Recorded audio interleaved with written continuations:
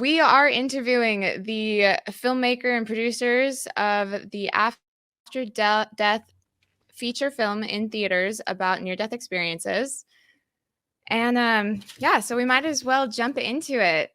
My first question that I want to ask you guys is, for those of us who aren't as familiar with the behind the scenes stuff, what is your role as filmmakers and producers on any given project? And then also like on this one in particular, and how it sort of differs from what you guys are used to. So I'm the director of After Death. I also share the role of producer and writer, but my primary role is director.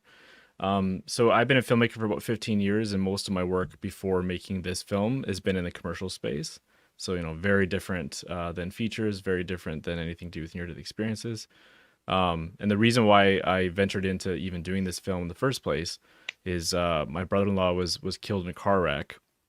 He was 36 years old, here one moment and gone the next, and that kind of caused me to ask questions about, is there something after or not? And 30 books later, I've just found this topic so interesting, and it helped me in my grieving process. And I just thought this would make a great film. Yeah, I'm producer of the film After Death and CEO of the studio behind it, Cypher Studios. Trying to think. Directors are like head coaches, and the producers are like the GM. So, like, director ultimately has to translate the creative vision to all of the vendors, all of the partners, and then ultimately the responsibility sits with the producer in terms of does it get made, does it get out there. Uh, so it's been a beautiful partnership with Steve. When Steve sent us the initial short film on Captain Dale Black, who left Burbank Airport, hit the tower at 70 feet in the air, 135 miles an hour, killing both of his co-pilots. When he sent that short film to Jens and I, it was like, oh, clear vision, incredibly compelling. Couldn't believe they did it on no budget.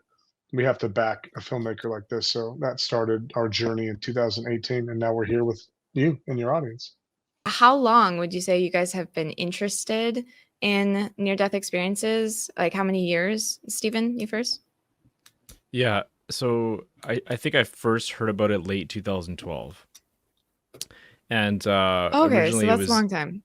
Yeah, it's been a while. And originally it was some books. We had some friends and family around us that were adamant that we should read these books because, it would help us with that kind of grieving and asking those deep questions about is there something or not. And I'm to self-confess, I'm not a huge reader. I have to be very into a topic to open up a book, and I don't just casually read. So, it was actually an audio interview that I came across. Someone, this kind of explains again how old this is. It was a CD. They had to put it in a CD player. And there was an audio recording of this guy, Dr. Richard Eby. It was this doctor who fell 2 stories from a building, landed on a sidewalk, and his head had split open, and he basically bled out. And he's describing in like extreme articulate detail, what his experience was, what the physical form of his, spiritual body was, the conversations that he was having, and then also seeing the accident scene and his family and coming across, his body on the sidewalk. And I was just like, I mean, I've never heard anything like this before personally at that time. And I was just, saying to myself, like, what on earth is this doctor doing talking about this? And why have I not heard of this before? And there was just a sincerity in his voice. So that was probably one of those compelling things to me, because when I got through these books, as a filmmaker, I'm fully aware of the editing process and how much you can kind of finesse something and all that. And the same thing goes for books. And I was wondering how much is, embellished or finessed and whatnot. So I was very motivated to kind of learn from these actual people and what is the true story here. And so that's really was kind of the goal with the film too, is we wanted to not shy away from all of the real life parts of it, all the devastating aspects of having a near death experience. And so that was really important. I had a belief system that said there was an afterlife, but if someone would have come up to me and said that they died and had some experience, I think I would have questioned it. So I started off this process more skeptical for sure than Steven. And over the last 5 years of interviewing these people and sitting in the edit bay and I think seeing the robust research globally. I mean, Dr. Jeffrey Long is an oncologist in our film and has a body of research 4,000 people deep, globally sourced from different religions and different cultures. And across that body of 4,000, there's like something like over 40 pieces of evidence that are similar across these accounts. So the scale of story and the uniformity of story over the last 5 years has made me a firm believer in NDEs. Awesome. Yeah, that was actually a question that I was going to ask, was from the moment the idea was conceived to October 28th, how long was that? So that was about a 5-year journey. Is that what I'm gathering? I mean, I think I was on it for about 7 years, but we were 3 years in the feature production with Cypher Studios. Okay. Yeah, Cool. we started this at the beginning of Man. 2020 production, and then the world shut down. So then we took a small team around the US and shot all the reenactments in Mexico. 20th Century Fox built a lot for the Titanic, that production, and then Master and Commander and some big Hollywood films went through there. And we ended up finding that through a relationship and shot there for a few weeks at a there's also a medical university hospital there as well that we shot at. So all of the hospital scenes actually have students in residency, and so the action feels very real. Obviously, it was Steven's direction as well, but it was directing real people, so it helped. In terms of actually filming it, you guys reenacted those scenes? Because I remember watching it and thinking like, oh, I wonder if that's actual footage from like of the plane crash, or if that was really Mary Neal on her kayak. I mean, maybe not like the same day, but maybe just. So how much of that? How much? So you did all of the filming and reenacting? Yeah. Yeah, it was kind of, that was the vision for the film too, is approaching it like a documentary again with real people, because that was always like kind of the compelling heart aspect to it, was seeing these real people and the effects that this had on these real people. But we wanted to make a movie, so the intention was always to kind of bring this to the big screen, and with that we wanted to kind of do it in a narrative format. So that's why we set out to do narrative recreations for almost all of these near-death experiences. Well, I guess I can save that question for later. First, I want to know what the most challenging aspect of filming this was. Well, Ooh. it's probably layers, hey Jason. When you get tasked with trying to visualize what these people are describing, I mean, literally one of the lines in the film is like, "There's no earthly words to describe what I saw and experienced." The combining of senses and colors I've never seen and sounds I've never heard, and so visually bringing that to life, and then sonically figuring out a way to represent the sense of awe, wonder, and mystery that's all wrapped up in this sort of liminal space between this life and the next. That was quite the challenge. I will say that Steve and our department heads did an incredible job bringing it to life. Amazing VFX. Couple hundred VFX shots on an independent film is a lot. Couple hundred shots on an independent documentary is like unheard of. And so that's why we want people to come out to the theaters, and see the film, because it was made for that experience. I mean, honestly, the whole film was difficult. Even just kind of getting some of these people to open up and share their stories initially. It was a big thing for them to kind of trust us in telling their story, right, and not to make it something it's not. Keep it authentic to what the actual story was and what the person what they experienced. So yeah, it was just kind of like earning their trust, and I think the why behind what we were doing was really important. I think that's the reason why we got 5 New York Times bestselling authors in the film, as well as 14 different people who had these near-death experiences. But yeah, like Jason said, all aspects of making this. I mean, we're, again, just to kind of hammer that same point, it's we're going places that we can't go.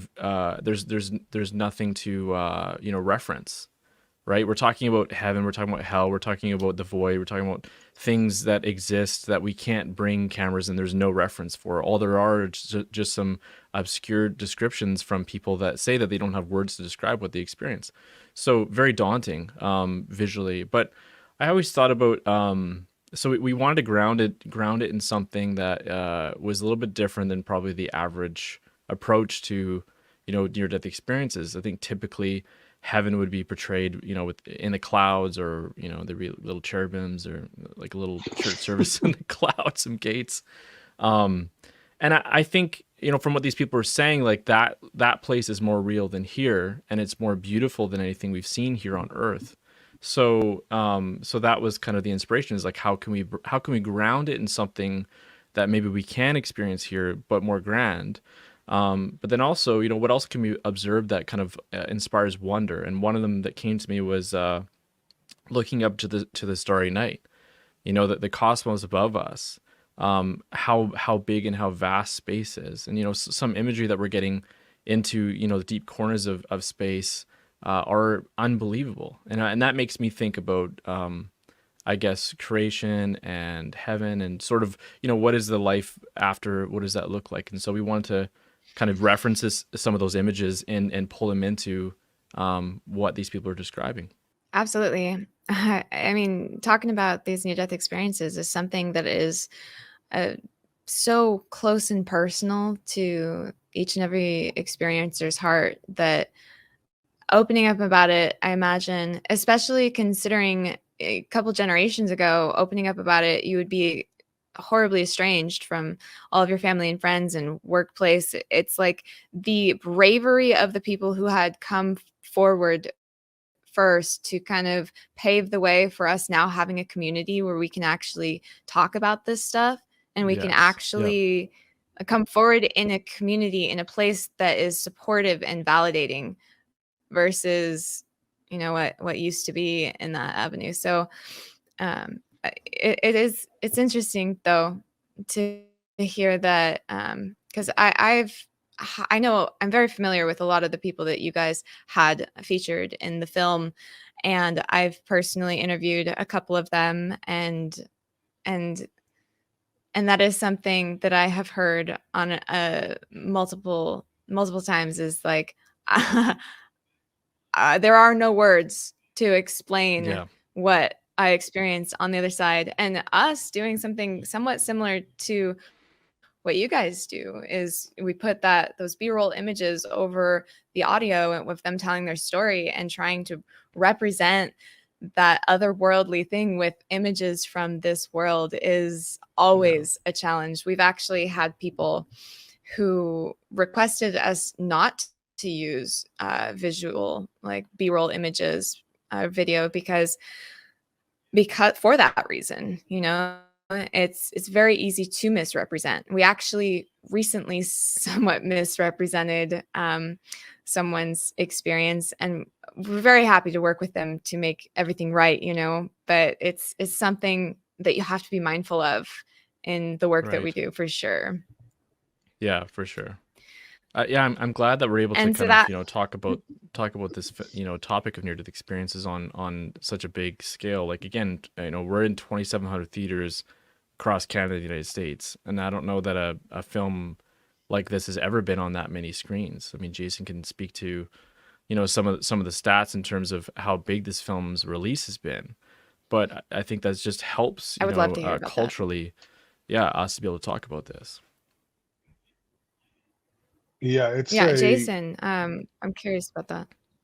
yeah, it's a top 3 all-time documentary for release in terms of size.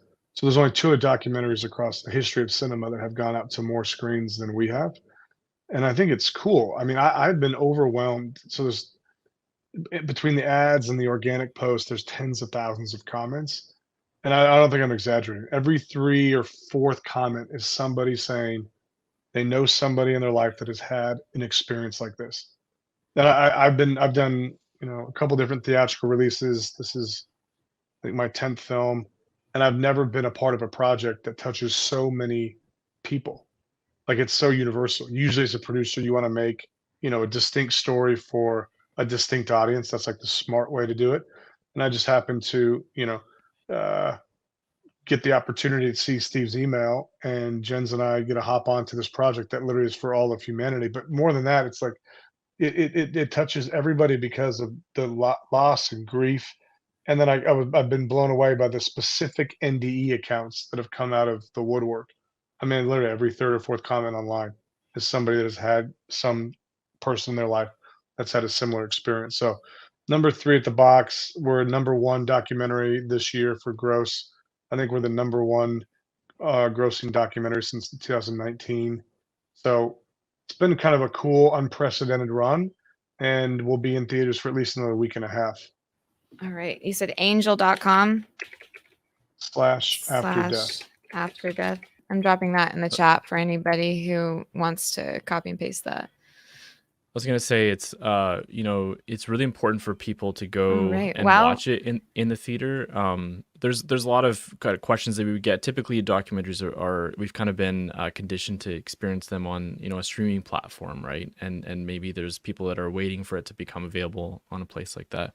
We're intending to do a theatrical run and then hopefully do an international release. So it's going to be a while before it becomes available after it's done its theatrical run.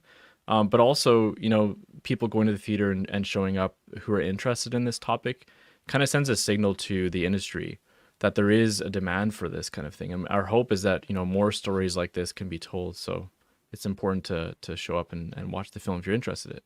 There's definitely a demand for it. And I have multiple people wondering, is it going to be available in Spanish too? We already have it translated.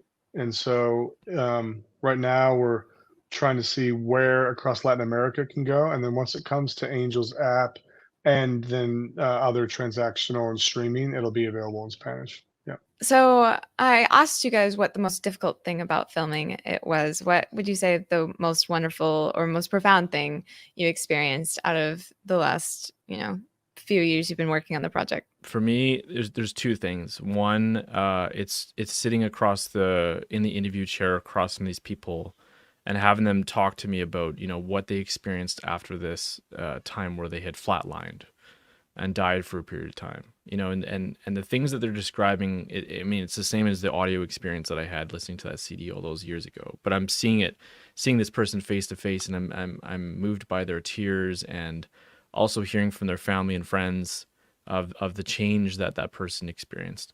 So I think hearing their stories firsthand, that's never going to leave me. That, and then also on the other end, since the movie's gone out, hearing from so many people of the impact that this film has had on them.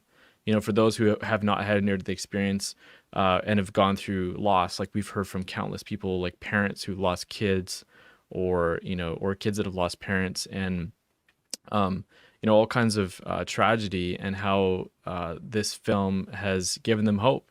It's given them peace, and it's made them less afraid of death. And I think those are, amazing. Hearing some of those stories is something also that's never going to leave me. Yeah, I would say something similar. I think the response has been overwhelming.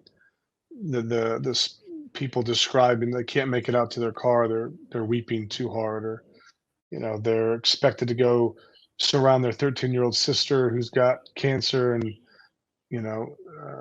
they didn't know how to engage that moment or enter that moment. But to Steve's point, I think this fear of death is lessening, because there is an argument we make in the film that death is actually not the end, it's the beginning.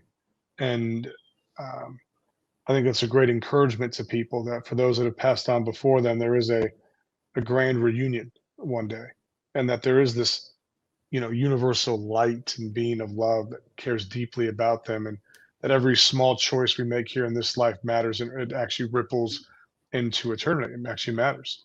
And that's what Dr. Mary Neal, our orthopedic surgeon, talks about in her life review, seeing 30 degrees out from her life and only knowing degrees 1 and 2, but not knowing degrees 3 through 30, never even knowing their name, but seeing how her life actually impacted all them. So just think, in this thin space between this life and the next, people are granted a perspective that we can't get in sort of flesh and blood. We're bound by the dimensions here, but when you're sort of dimensionless, you can kind of see and get access to places in reality. And I think that that's also a beautiful hope too, that because there is an afterlife, your life here matters. Yeah, actually what you said reminded me of something that Mary Neal had said in the film. And then you mentioned Mary Neal's. I love that. She said that it wasn't a point where she felt alive and then not alive. It was she felt alive and then more alive. And that had a pretty solid impact on me personally. The way I see it is death is a metamorphosis. Yeah, the butterfly thing, but it really is. It's more of a transformation than like the end of something or the beginning of another thing. I don't feel like I feel like that's the best way to compare it. Oh, and somebody actually in the comments says, "Does the caterpillar die?" I love that. We're all synchronized right now. I feel like you kind of already mentioned in a number of words what your like mission statement would be, but do you guys like actually have like a mission statement for the project? Well, I think it's Jason kind of mentioned this with the life review and kind of the takeaway. There's personal takeaway, I think, with the film, and I think that kind of transfers to what we're hoping with the audience. When they walk away, there's a couple things. One, to think about, is there a life after death? And if you haven't thought about that before, if you haven't considered that to be a reality, I think there's a lot of cases in the film that kind of make us think about that. But then also about this life here, the difference that we can make in our life and the time that we have. For me, it became very apparent again with the loss that that life can be is very fragile, and that it can be very short. And we don't know how much time we have here. I didn't know that I was going to lose my brother-in-law that day, and I could be gone tomorrow. None of us are guaranteed, the time that we have. So what are we going to do with the time that we have here? I think our hope is that people kind of reflect on that. And if we have sort of like an eternal perspective, if we're thinking about that there is a life after, what could that mean for the time that we have here to give us purpose? For anyone who hasn't watched it yet, that's in the audience right now, do you want to tell them some little sneak peek details of what they are going to see in the film? Yeah. So you're going to hear from doctors, scientists, and survivors, exploring that question, what happens after we die. We have 14 different people that we interviewed who had near-death experiences, who clinically died between seconds to an hour and 45 minutes.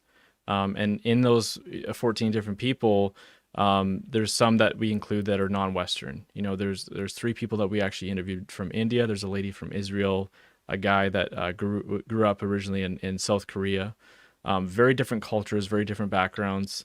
And even some former atheists. Some people in the film, believe that there's absolutely nothing, to the point that when they were going to take their last breath, they were adamant that they were just going to cease to exist. And to their surprise, life goes on. But we also have some really hard evidence in terms of medical. And that was, again, Jason and Jen's from Cypher Studios that kind of came into it for a more skeptical angle, which really helped. It made a huge difference in this film. I think coming at it from a skeptical angle helps kind of like point to the evidence that surrounds near the experiences, not taking things at face value. We have a lady who was she was offline, her clinically dead for over an hour. Her heart was stopped, and there was a surgery that was done on the lower part of her brainstem. So there was the blood removed from her brain. And during that time, when she had her brain was completely offline, is when she had this out-of-body experience. And the details that she saw in the operating room were corroborated by 2 neurosurgeons, which we include in the film as well. So, there's kind of multiple aspects, as well as blind near-death experiences. There was a study that was done on 14 blind people from birth. Several of those had retinas that were detached. And I didn't realize before making the film that people who were born blind, they typically don't have visual dreams. They just have audible dreams. So they don't understand what color is, what light is, and what darkness is. But when they have these out-of-body experiences, they're having visual experiences and still coming back blind. So there's a lot in the film that kind of makes us think about, and I think makes a strong case for that there's life after. Well, I think the thing that was, a goal, and I was encouraged by, is we found perspectives that we had not seen ever before on camera. So he mentioned the story. Pam Reynolds, Dr. Carl Green was a neurosurgeon. I don't think he had been interviewed before, and we found him through research and got him on camera. Don Piper, who was crushed by an 18-wheeler on a bridge. His book 90 Minutes in Heaven was made into a popular feature film, but I don't think I'd ever seen the state trooper that was on site first at the scene, and we got him in our film. So I think it was important for us to find NDEs that were highly verified, had as much documentation as possible. That was part of the filtering process that went into what was going to be represented in our film. Well, thank you guys for answering all of my questions. I know that the audience is eagerly awaiting answers to theirs. This was an interesting question that I definitely want to put up. Are you guys familiar with the film What Dreams May Come with Robin Williams? Yeah. Stephen or Stephen McGraw wants to know what you think of that film. Yeah, I thought the film was very interesting. It was and I think even just like at the time, you know, it was groundbreaking for visual effects. Obviously they have a massive budget, and they were able to kind of exercise that and explore, you know, what this other world looks like, which was, you know, fascinating. I think they did a great job, and I think it's a fascinating film.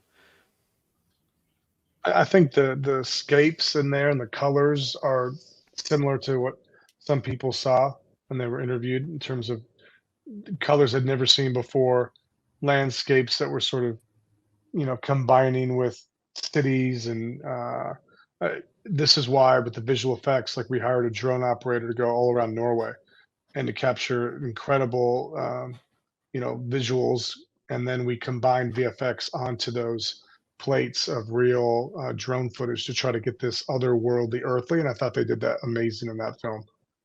You mentioned there was two other films in the about like near-death experiences that you had said were kind of in the stats up with yours, right?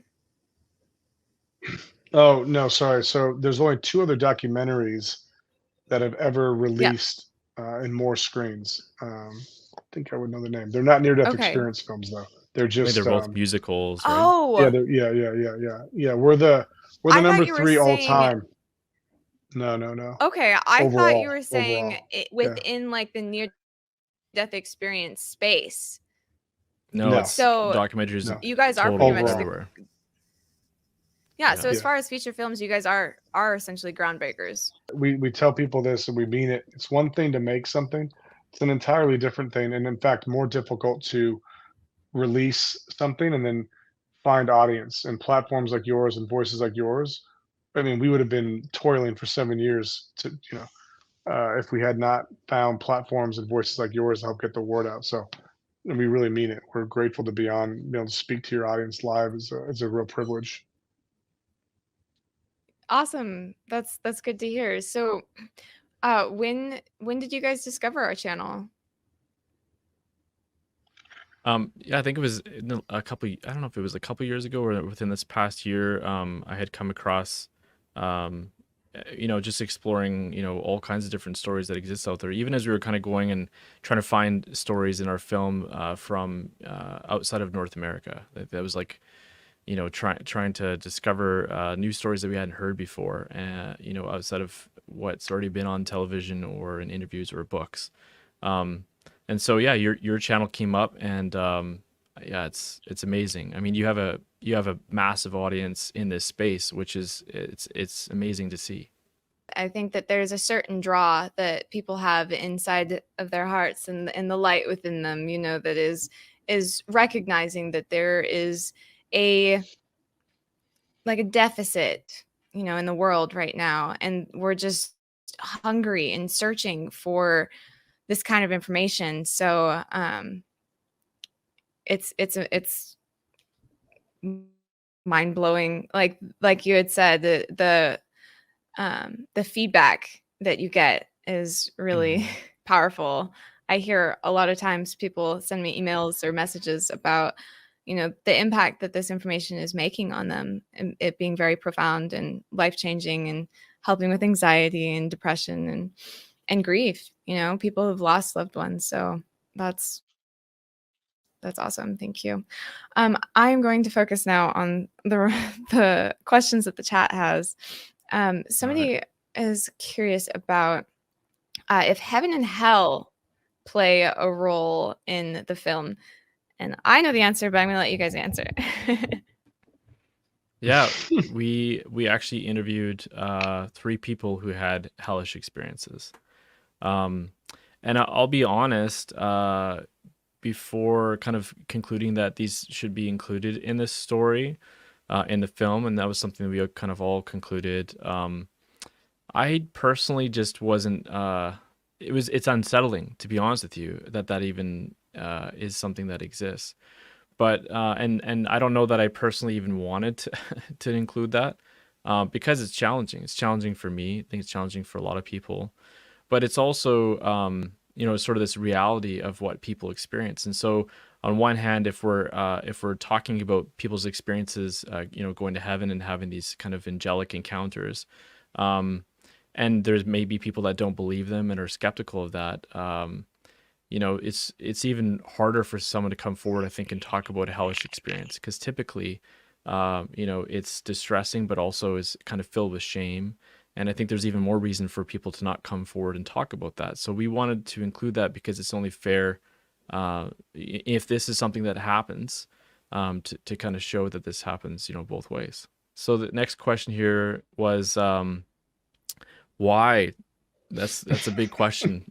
Why dark versus, good, happy, It is a big near-death question. experiences?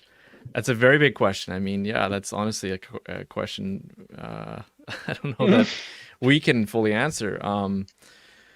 But I mean, if I can speak to just these individual stories, not all of them, end that way, in terms of having a hellish or distressing near-death experiences. So the ones that we included in the film actually end where they're brought out of it. But interestingly enough, those that kind of get out of that, they're calling upon, they're calling for help, essentially. So one individual, Paul Ueda, he's one of the earlier ones in the film who had this hellish experience.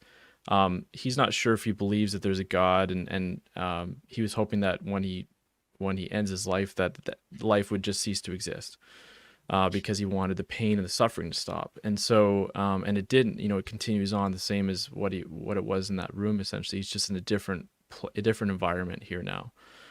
He called out to God to help him, to get him out of that. And he was pulled out of it. So Paul didn't meet God, but he heard a voice and he felt the presence of God. And he would describe, this person as being someone that has overwhelming unconditional love. And love is something that it's not the same as any of us experience here on earth, is what they commonly say. It's unconditional love, which doesn't exist here on earth. And it's overwhelming, overpowering. And so Paul came back with a whole different perspective on life, just like Howard did, just like Steve Kang did. So yeah, the question, why they have this dark experience. I don't know, Jason, if you wanna take a stab at that one. Well, I don't think we have necessarily the definitive answer, but to Steve's point, just as a quick recap, the folks in the film that had these experiences, if they were sitting here right now, would have said that before they had that death moment, they didn't believe in a higher being or an afterlife. They thought they would cease to exist. So I don't know if it's corollary to like the way you believe here is exactly what you're going to experience there. I think in these cases, it seems to indicate that a lack of belief in a higher being, higher power, God, creator, I mean, whatever word you want to use, I think seems like it could be an indicator. At the same time, I don't know. I think there's more research to be done there. I mean, 23% of reported NDEs are hellish, near-death experiences, and I think that number is probably low because it comes with it, its own unique shame and uncomfortability in sharing that story. And we're so grateful for the people that bravely shared in particular the people that shared their hellish near-death experience, because it's not out there very much, and so I think that is something that people can expect, that's unique, and I'm not sure you're going to find in many other places. Certainly not in film. Maybe in a book or two, but not in film.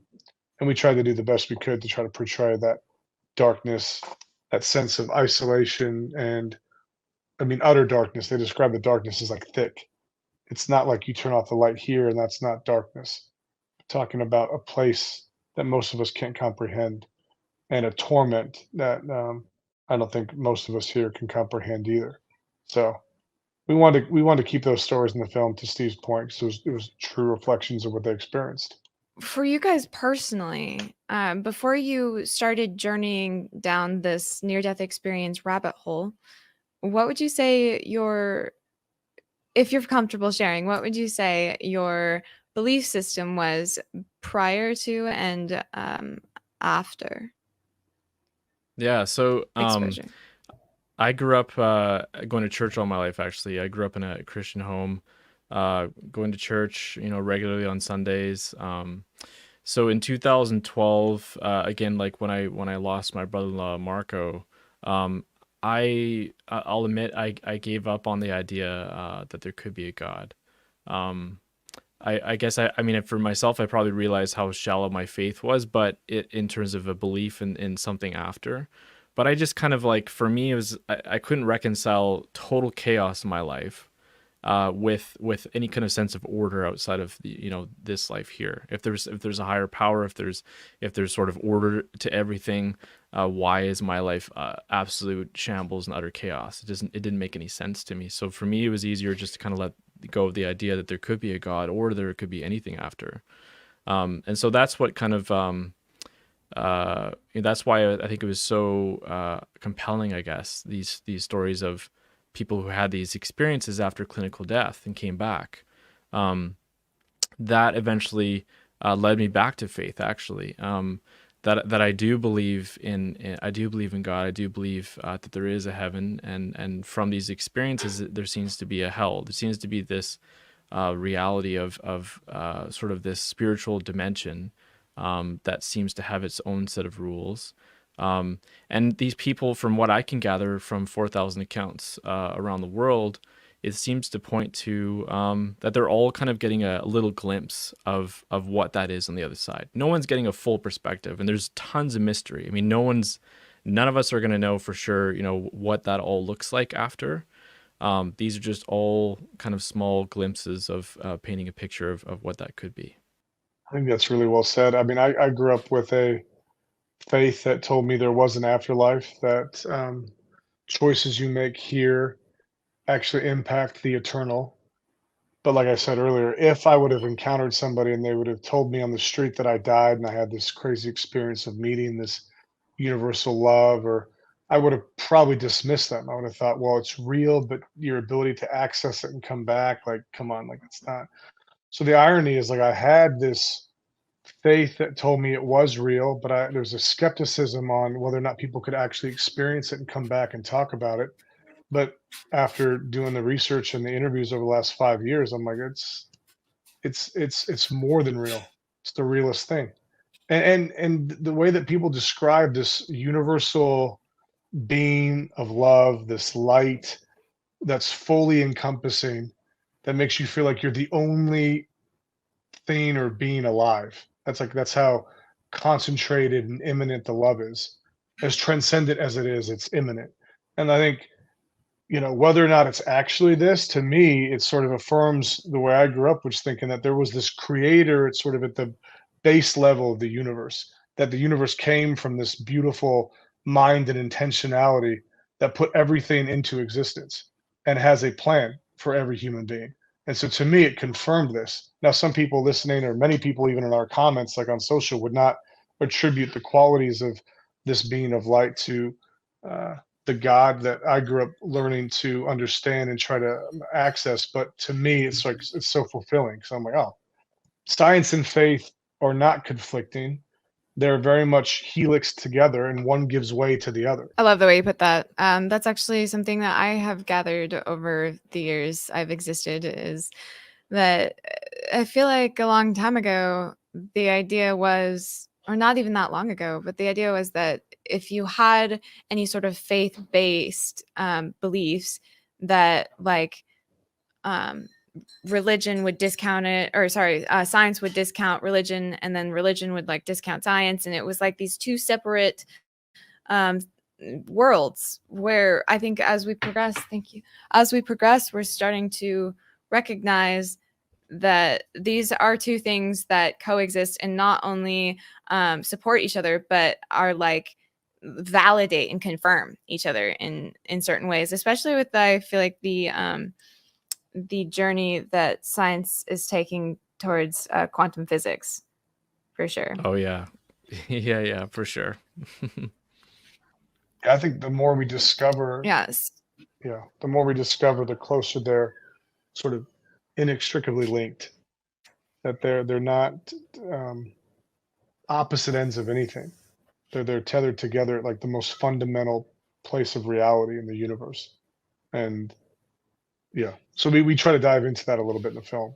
We try to give people that have the faith confidence through the scientific method.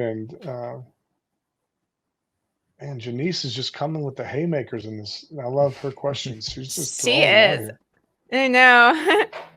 here. I know. Yeah, Janice wants to know if there's a role that religion plays in the movie. Yeah. Well, I mean, listen, it undergirds the creative filmmaking team in terms of like faith is a real part of our world, and it impacts our everyday life. The thing I'll say is that we try to make this film for people that ascribe to the religion that we do, but people that don't should feel as welcomed into that space, because we think that, again, out of this broad swath of research, this 4,000 plus NDE account, and just one person's research shows that it comes from all types of religions. These experiences are not only siloed to one particular religion. And in many cases, many of the people even in our film had no religion and experienced it. Howard Storm grew up an ardent atheist and thought that when it's over, it's over. So we try to include as many diverse points of view as possible to reflect the reality, the global reality, which is these stories are coming from every place on earth, culture after culture, religion, no religion. So I would say it shapes the way that the creative team thinks and operates as creators and filmmakers, but we try to, as much as possible, not let that just color or shape the way that the stories were going to unfold and the way that we were going to tell their stories. Janice has a number of more questions that are Yeah. very deep and inspiring and interesting, hard to answer. But she does have a question if you've heard about Prebirth Experiences. I've heard of it. I would say, like, in the research that we went down to kind of create the film After Death, that's not something we went down. It's not that we were shying away from it. It's just not something that came up in any of the near-death experiences that we learned about. So a couple of like pieces of, I guess, like threshold of why we chose the people we did. One, kind of, we said near the beginning of the program, there had to be some evidence that surrounded how they died, something to back up their claim of death. And I realized that situationally that's not going to be possible for everyone. But that was also kind of an indicator for us in terms of coming from a skeptical angle. That had to be there. There had to be a doctor, an eyewitness, medical transcripts, or some kind of investigation, something to point to that the person did die. And then the second part was we were kind of focused on people that actually had a lot to lose in telling their story. All that to say, the people that we ended up connecting with that kind of fit those criteria, it wasn't something that came up. That last point that Steve made about people having something to lose was one of the things that convinced me that they weren't lying or making it up for gain. I mean, Don Piper waited 15 years to write his story. Mary Neal was a surgeon and came back into a community and an industry that, would have put her in a cuckoo bucket and she tried to disprove it, because in her near-death experience, and we don't get into this in the film, she saw that her son was going to die before the age of 18.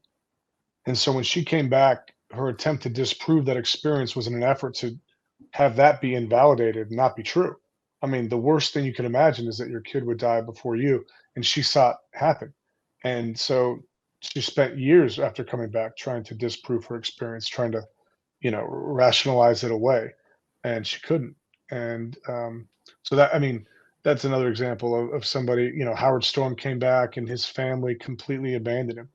They couldn't relate to sort of where his head and heart were now and what he had seen, his attempts to relay that to them had alienated them. So he lost his entire family. So again, to Steve's point, trying to grab stories in our film that were verifiable, had third party accounts, had as much documentation as possible, and they did not have incentive to make the stories up. In fact, it was hurtful to them in profound ways.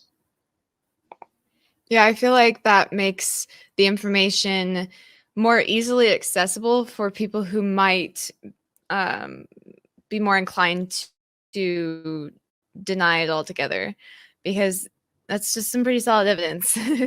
And typically, if somebody has a motive, that definitely will make a difference. So, are you guys familiar with The Soul After Death by Father Seraphim Rose? I'm not personally, no. I want to be so badly because I want to speak to this I'm because not it either, sounds like a but really incredible oh question. gosh, it does. Yeah. Well, look it up. Unfortunately, we are unfamiliar. Thank you though for your question. Yeah, we should definitely look it up. And I'm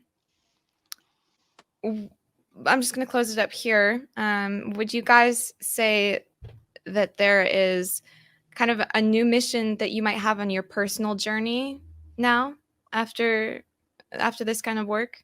Yeah, I mean, like honestly, these stories are never gonna leave me.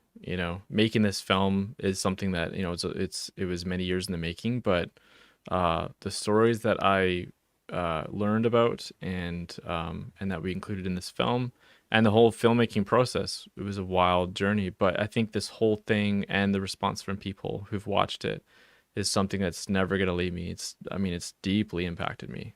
I was so focused on getting this into theaters and out, and I thought that would sort of be maybe it, and we move on to the next film. But I have to say that the response online has been so overwhelming that I almost feel a renewed responsibility to continue to engage this conversation because it does impact so many people, and it feels like it's a sacred gift that we've been given because people are sharing very vulnerable things in these comments, very, very vulnerable pieces of their stories. So I think Steve and I and the team have a responsibility to continue to steward this and try to get it out all over the earth because it seems like it's an invitation to people to share. And this is a thing that, for whatever reason, is shrouded in shame or uncertainty, or they don't know how they're going to be perceived. And I think this film gives confidence and an invitation to share. So I think we have a responsibility to keep stewarding it everywhere. I agree. Is there anything in particular, like any specific projects coming up that you might have that is inspired by near-death experiences? Well, Or is it more of like a originally vague interest? no, it's not big at all. When Steve and Chris came to us, Cypher, with the idea, we tried to treat it as a series for a while because the stories were so thick and robust, and to do them well and accurately, you want to get as much data into it as possible. And so we saw each story almost as its own episode. And I think we may have the opportunity, especially if your audience speaks loudly, that we could go to a series next, which is we would do each episode would well, I can't get into the exact format, we don't know that, but we want to take this next year and go into a series and grab stories from all around every corner of the globe to grab you know as many different types of stories, because there's a critique levied against the film that we think is totally fair. It wasn't for a lack of attempt, but just a lack of Western stories. There's some in the montage, and there's some just with COVID, it was difficult to travel. There's some religious and cultural realities that make it difficult to share about certain things. And we want to push past all those barriers and potential excuses and get out and grab these stories all around the world. So that's our goal. 24 is to do a series on this. So Awesome. Steve, would you I'm answer? happy to hear that you guys have something in sight. Yeah, I mean, these stories give people a lot of purpose and hope, and as it did for me. And so, I think there's a lot more to unpack when it comes to near-death experiences, even consciousness. There's a lot more science. There's a lot more evidence out there that we've kind of learned about since the making of this film, and I think there's more stories to tell. Good. I'm glad to hear that, because my journey on it is endless and I don't ever want it to end. And so if you guys have anything that, I could collaborate with you on, or need any help in any way that is something I could help out with, then we could partner together. So it's really great Right to on. have connections and friends in this space. Yeah, we So love thank that. you guys You said so much for being here. Oh, what, Jason? I was just going to say, you said earlier that I you want to wish hear you would you. have been on the team, and maybe there's an opportunity to be on the team for the series. We should definitely offline talk about it. I like that idea. Awesome. Well, I am going to say goodbye to you guys. Thank you so much for taking time out of your day and meeting with me here and discussing things with our audience. And for everybody that's still listening, go and buy tickets, because the movie is great. I've seen it personally, and we're really excited to tell all your friends and get the message out there, because we are changing the collective consciousness one mind at a time. So thank you all. Thanks, Nella. Thanks so much.